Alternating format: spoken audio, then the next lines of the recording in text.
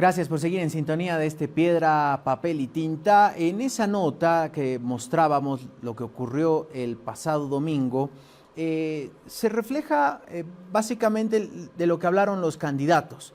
Y uno de los temas que coincidieron ambos es hablar de la economía. De hecho, fue el primer pilar. Y coincidieron en la necesidad de revisar el tema de las subvenciones a los hidrocarburos, a los carburantes, y ver el tema del tipo de cambio. ¿Qué va a pasar con el tipo de cambio? Nos vamos a esta banda cambiaria que hablaba Rodrigo Paz, o el tipo de cambio mediante el bolsín, como decía Tuto, ¿son lo mismo o no? Pero la otra pregunta que viene más allá de saber qué sectores, cuánto se acorta la brecha del dólar oficial versus el dólar real, es quién paga este ajuste. ¿Cuáles las proyecciones en torno a qué ocurriría si se levantan todas las subvenciones? En nuestra etapa revisábamos que el sector del transporte dice, ojo que rechazamos levantar el subsidio a los carburantes. Todos coinciden en que se necesita, o por lo menos hemos escuchado eso de los candidatos, se necesita revisar el tema del subsidio. Para hablar de los impactos que van a tener estas políticas económicas, están con nosotros dos expertos, a quienes le agradecemos mucho que nos acompañen. Está Natasha Morales, coordinadora de investigación de Oxfam en Bolivia. Natasha, buenos días, gracias por llegar hasta la montaña. Buenos días, Diego, muchas gracias por la invitación.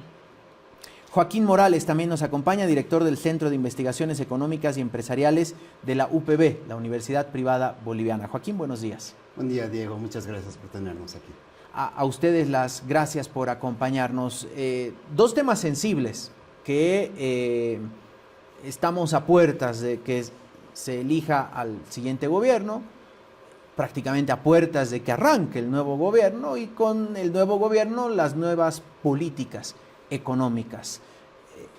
¿Por qué se pusieron a revisar el impacto que tendrían estas decisiones en la población, Natasha?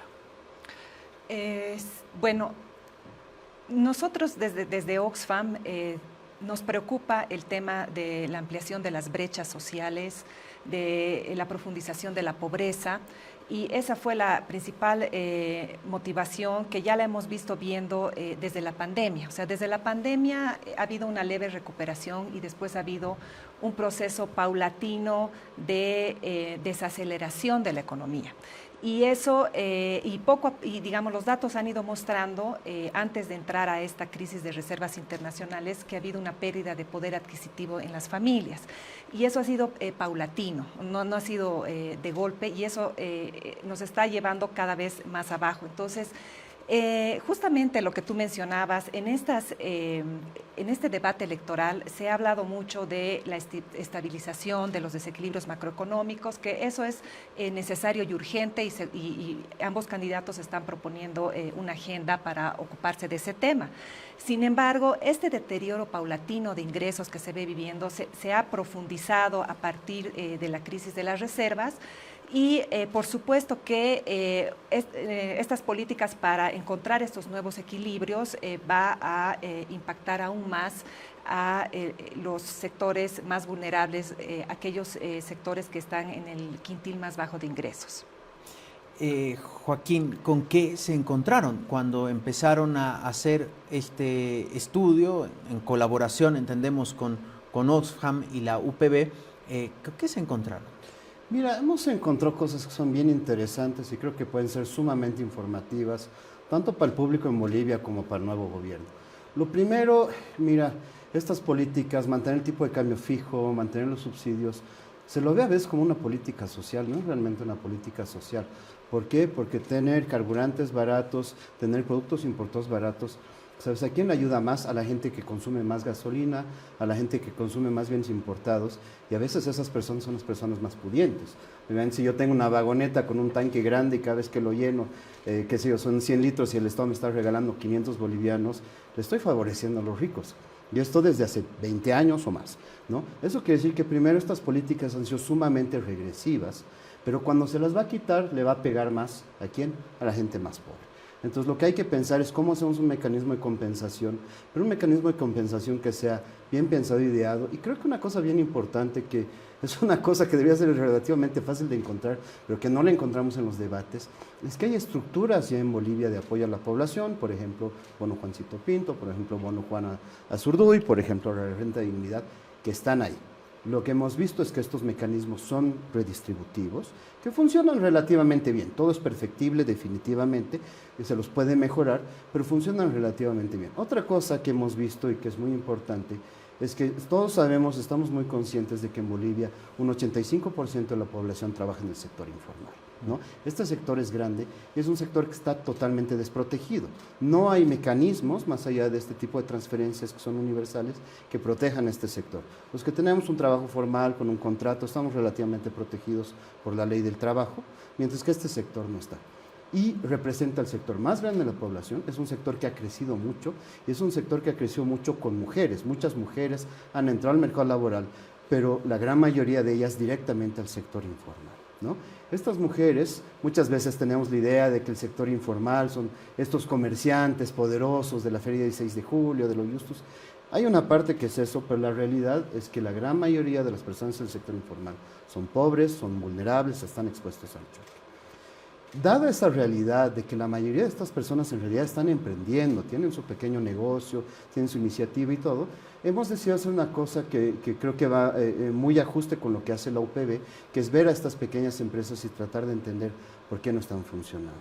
Estas pequeñas empresitas no están creciendo, se mantienen estagnadas muchas veces dentro del círculo familiar. Pensamos por una serie de motivos. Unas son muy tradicionales, las barreras formales, ¿no? Las barreras institucionales a la formalización. Esto es muy tradicional. Pero también una cosa que nos ha sorprendido es que las empresitas chiquitas funcionan mejor cuando están dentro de su círculo familiar y no logran expandirse, no logran crecer porque probablemente hay una falta de confianza. Es difícil asociarse con las otras empresas, entonces se mantienen bien chiquititas. Entonces eso es algo que se puede hacer. Creo que otra cosa que hemos encontrado que es bien importante es que estructura oficial para apoyar estas pequeñas empresas existe. Hay una ley de la microempresa, hay el BDP, hay sistemas de apoyos, hay talleres de formación, hay ProBolivia, hay toda una infraestructura que se ha desarrollado ya desde hace varios años, con más impulso desde el 2017, pero que no está funcionando tan bien como podría funcionar. Es decir, no hay que hacer nada nuevo. El siguiente presidente tendría que reforzar lo que ya existe. Claro, hay que hacer mejor, ¿no? Hay que hacer mejor. Muchas veces en las propuestas ha sido borrón y cuenta nueva, empezamos algo nuevo. ¿Y cuál es el problema de eso? Puede ser muy honorable, pero a veces construir una nueva institución, hacer una nueva ley, tener un nuevo financiamiento, todo eso puede tomar mucho tiempo. Como de ejemplo un botón, ¿no? La gestora pública la ley ha sido aprobada en el 2010, ha tardado 15 años en hacerse la gestora, cuando era traspasar bases de datos de las AFPs a la gestora. Entonces, crear nuevas instituciones es un trabajo sumamente complicado y largo.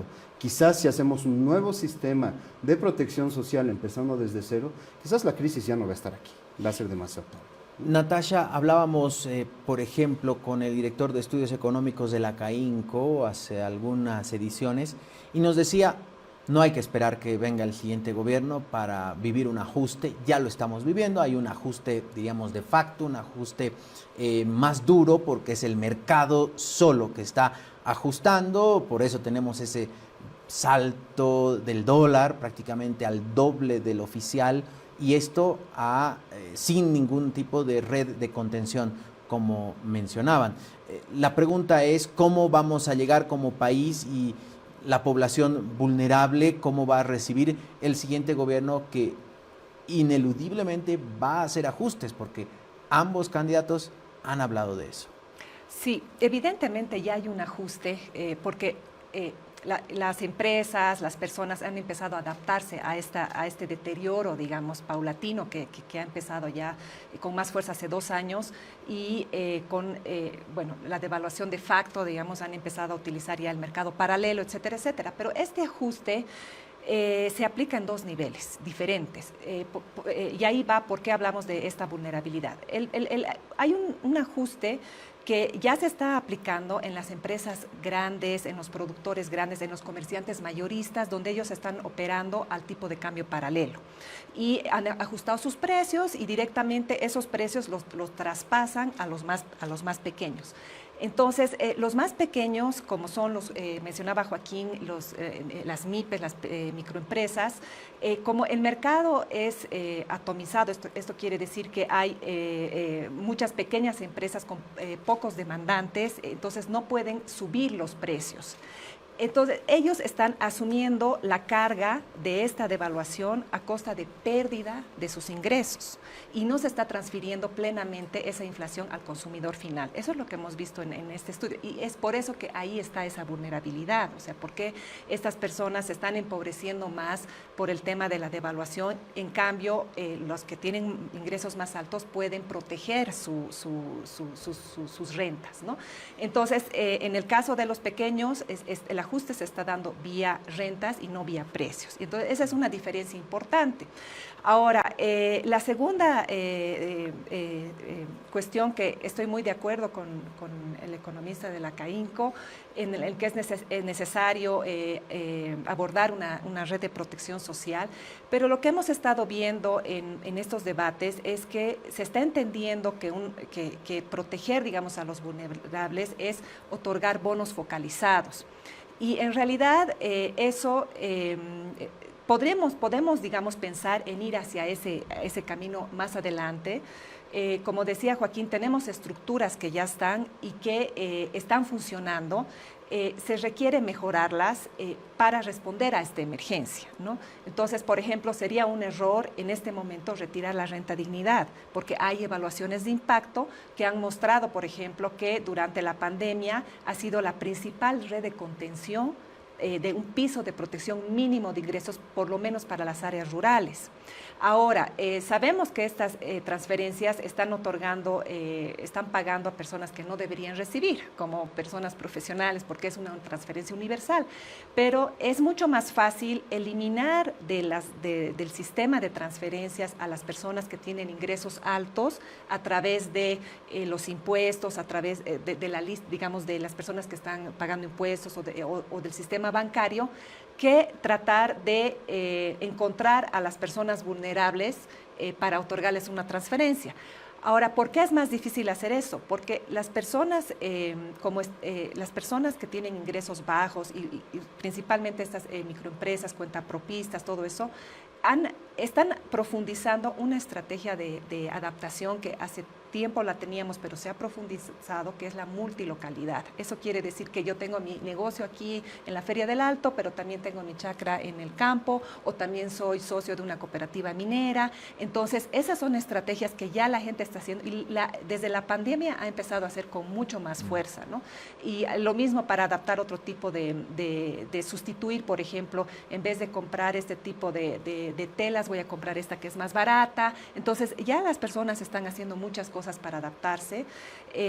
Lo que digamos, es interesante porque lo que vemos es que hay una racionalidad económica, es decir, están haciendo lo mejor que pueden para este contexto y ahora se necesita el apoyo de unas políticas estatales sólidas. Joaquín, ¿de qué manera el tipo de cambio impacta, por ejemplo, en las pymes o en las MIPYMES? ¿Y cómo están ahora? ¿Cuál es su situación?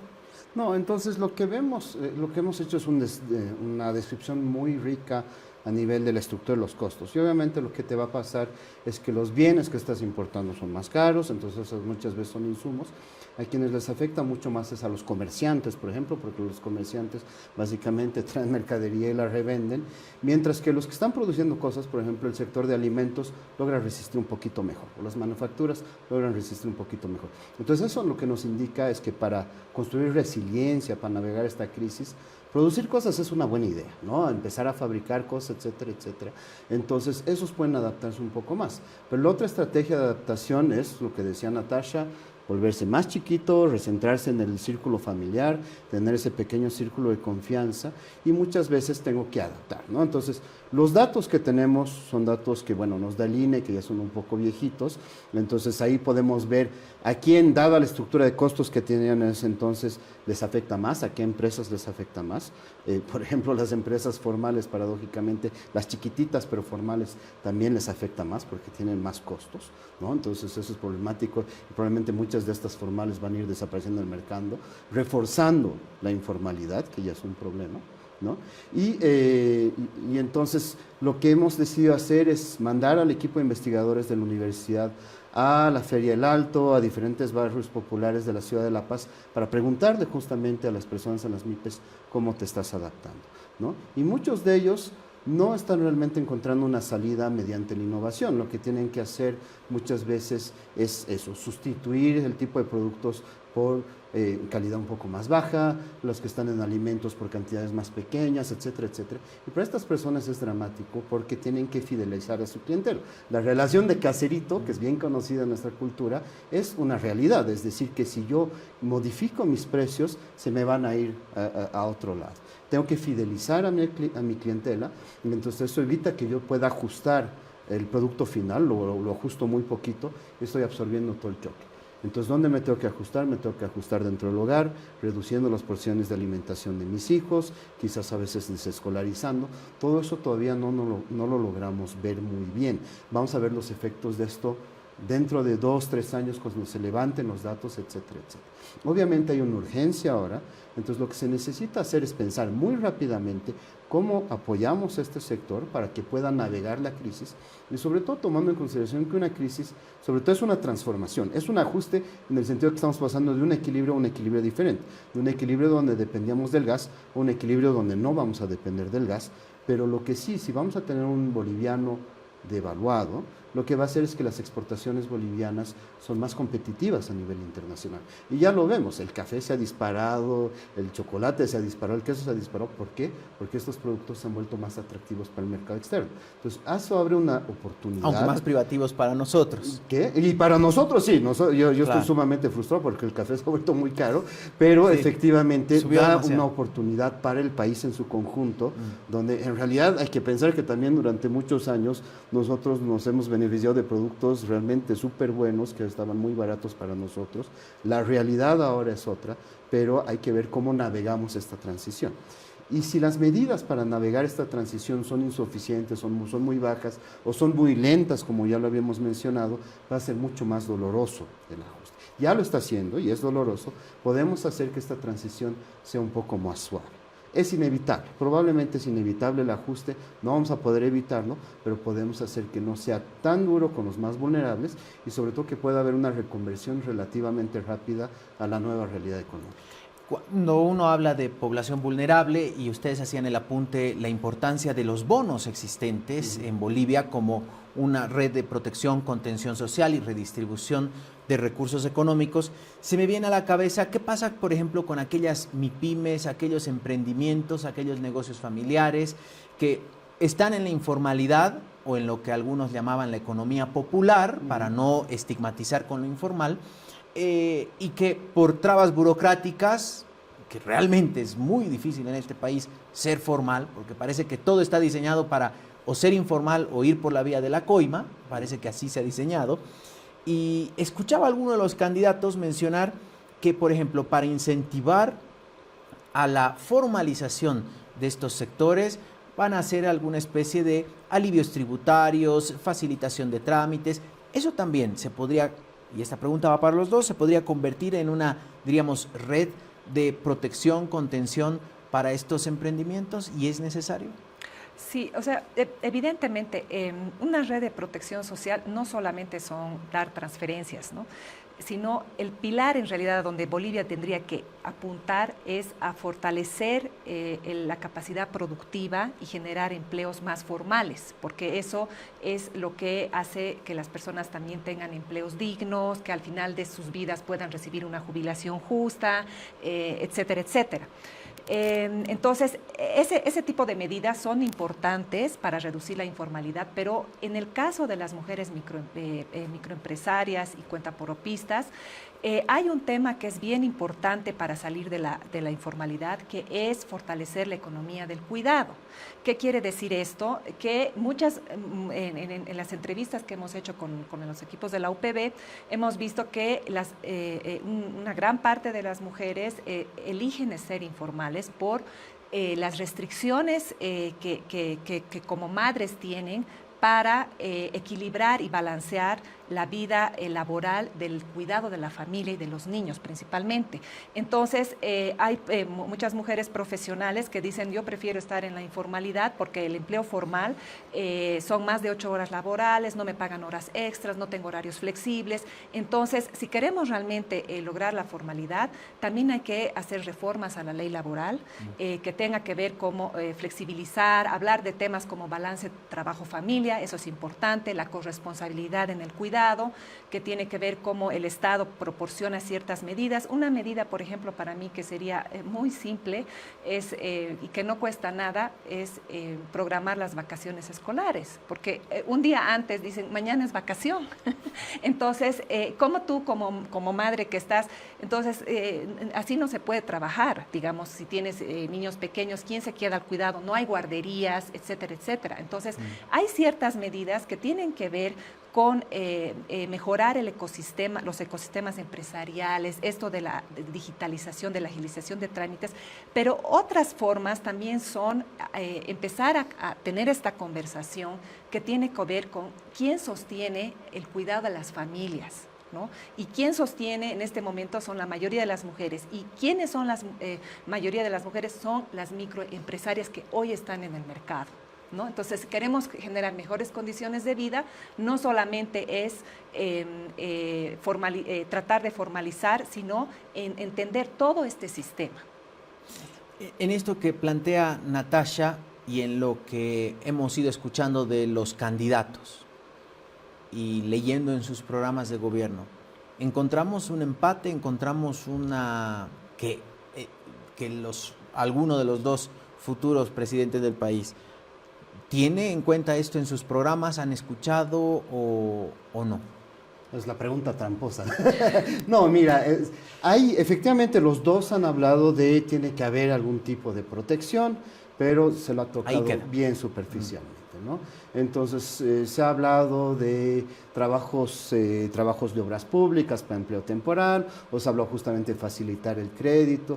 Todo eso es mencionado por los dos candidatos, pero me parece que ha sido de una manera relativamente superficial y con relativamente poco análisis realmente de las herramientas que utilizan. Yo creo que lo más importante es este mensaje de vamos a hacer todo nuevo. Entiendo que están buscando ser elegidos, entiendo que quieren marcar una distancia con el gobierno actual, pero por otro lado, realmente les conviene y es mucho más eficiente para ellos ver las cosas que ya están en su lugar y mejorarlas, ¿no? Entonces las menciones están ahí. Creo que una de las menciones es que son medidas que las discutimos extensamente en los documentos, que son interesantes pero incompletas, es decir, que no van suficientemente lejos y que en realidad también un problema es que las tratan de oponer entre ellos cuando no deberían ser medidas que son opuestas. En realidad son en muchos casos medidas complementarias que pueden ir un poco más ahí, ¿no? Entonces eso nosotros estamos encantados con el equipo que entre dentro de unos cuantos meses, que seguramente van a consultar el documento porque se ha hecho relativamente poco trabajo sobre esto. Nosotros estamos encantados de ir a resolver dudas, ir a discutir para explicar un poquito la lógica de esto. ¿Por qué? Porque el tema también es delicado, puede haber interpretaciones que son un poco subjetivas o que convienen con una agenda política. Estamos tratando de hablar lo más posible desde los datos, desde la metodología rigurosa, y en ese sentido sí la interpretación requiere no más cuidado, ¿no? ¿Dónde podemos acceder a estos estudios que tanto Oxfam como la UPB han realizado? Sí, en la página web de Oxfam va a estar pronto disponible. Pueden seguirnos en nuestras redes, en Facebook, en Instagram y también en la página en las redes del UPB, de la también, UPB las también van a publicar. ¿Sí? Perfecto, entonces ahí ya está disponible el documento. No, todavía mañana no. O pasado va a estar. Bien, entonces la siguiente semana, ya cuando haya, diríamos, una elección del país, ahí no se va a poder malinterpretar estos datos que ustedes van a presentar, porque siempre hay la susceptibilidad de que están favoreciendo a uno u a otro, como decía Joaquín, en este momento en el que cualquier pregunta puede sonar a tramposa. Así que quiero agradecerles mucho a Natasha Morales, coordinadora de investigación de Oxfam en Bolivia, a propósito de estos estudios, y también a Joaquín Morales, director del Centro de Investigaciones Económicas y Empresariales del OPB.